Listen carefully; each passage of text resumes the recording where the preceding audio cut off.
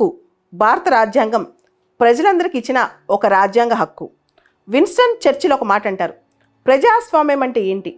ఒక సామాన్య పౌరుడు, సగటు పౌరుడు చిన్న పెన్సిల్ తీసుకుని చిన్న పోలింగ్ బూత్ వెళ్ళి తన చిన్న అభిప్రాయాన్ని వెల్లడిస్తాడు.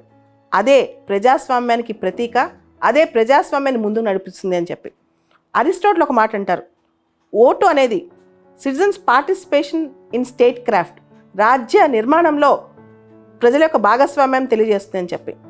ఓటు అనేది ప్రజాస్వామ్యానికి ఒక ప్రతీక, ప్రజాస్వామ్యానికి ఒక నాంది. మన రాజ్యాంగంలో ఆర్టికల్ 326 ప్రకారం ప్రతి భారత పౌరుడు కుల, మత, జాతి ఏ భేదం లేకుండా 18 సంవత్సరాల పైనున్న ప్రతి భారత పౌరుడు ఓటు వేసే హక్కు ఉందన్నమాట మనకి. అది మన ఫండమెంటల్ డ్యూటీలో డైరెక్ట్గా లేకపోయినా మనందరి బాధ్యత కూడా, హక్కు మాత్రమే కాదు. అండ్ ఓటింగ్ డే రోజు చాలామంది పౌరులు హాలిడే అనుకుంటారు. ఇన్ఫ్యాక్ట్ మన ఓటు మార్పు తీసుకోగలదా, తీసుకురాగలదా, మన ఓటు ఒక చిన్నదే కదా అనుకుంటారు.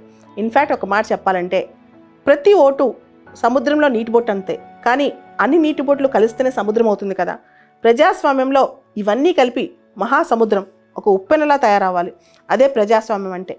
సిటిజన్స్, పౌరులు అనేవాళ్ళు పార్టిసిపేటరీ డెమోక్రసీలో, ప్రజాస్వామ్యంలో భాగస్వాములు అవ్వాలి.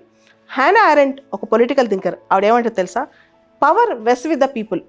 మనము భారతదేశంలో చూస్తే కనీసం ఎలక్షన్ రోజైనా సరే ప్రజల యొక్క పవర్ దానిలో కనిపిస్తుంటుంది అనమాట. పొలిటీషియన్ చేతిలోంచి అట్లీస్ట్ ఎలక్షన్ రోజు పవర్ అనేది ప్రజల చేతిలోకి వస్తుంది. బిఆర్ అంబేద్కర్ ఇంకొక కాన్సెప్ట్ చెప్పారు, రైట్ టు ఈక్వాలిటీ అనేది ఓటింగ్ రైట్స్లో ఉండాలి. 1 man 1 vote 1 value. ప్రతి ఓటుకి ఒకటే వాల్యూ. కుల, మత, జాతి, ధనికుడు, పేదవాడు ఏది లేకుండా అందరికీ సమానత్వం ఓటు విలువ అనమాట. అటువంటి ఓటు వేయకుండా ఉంటామా? వేయకుండా ఉండగలమా? ఖచ్చితంగా అందరూ ఓటు వేయండి, ప్రజాస్వామ్యాన్ని గెలిపించండి.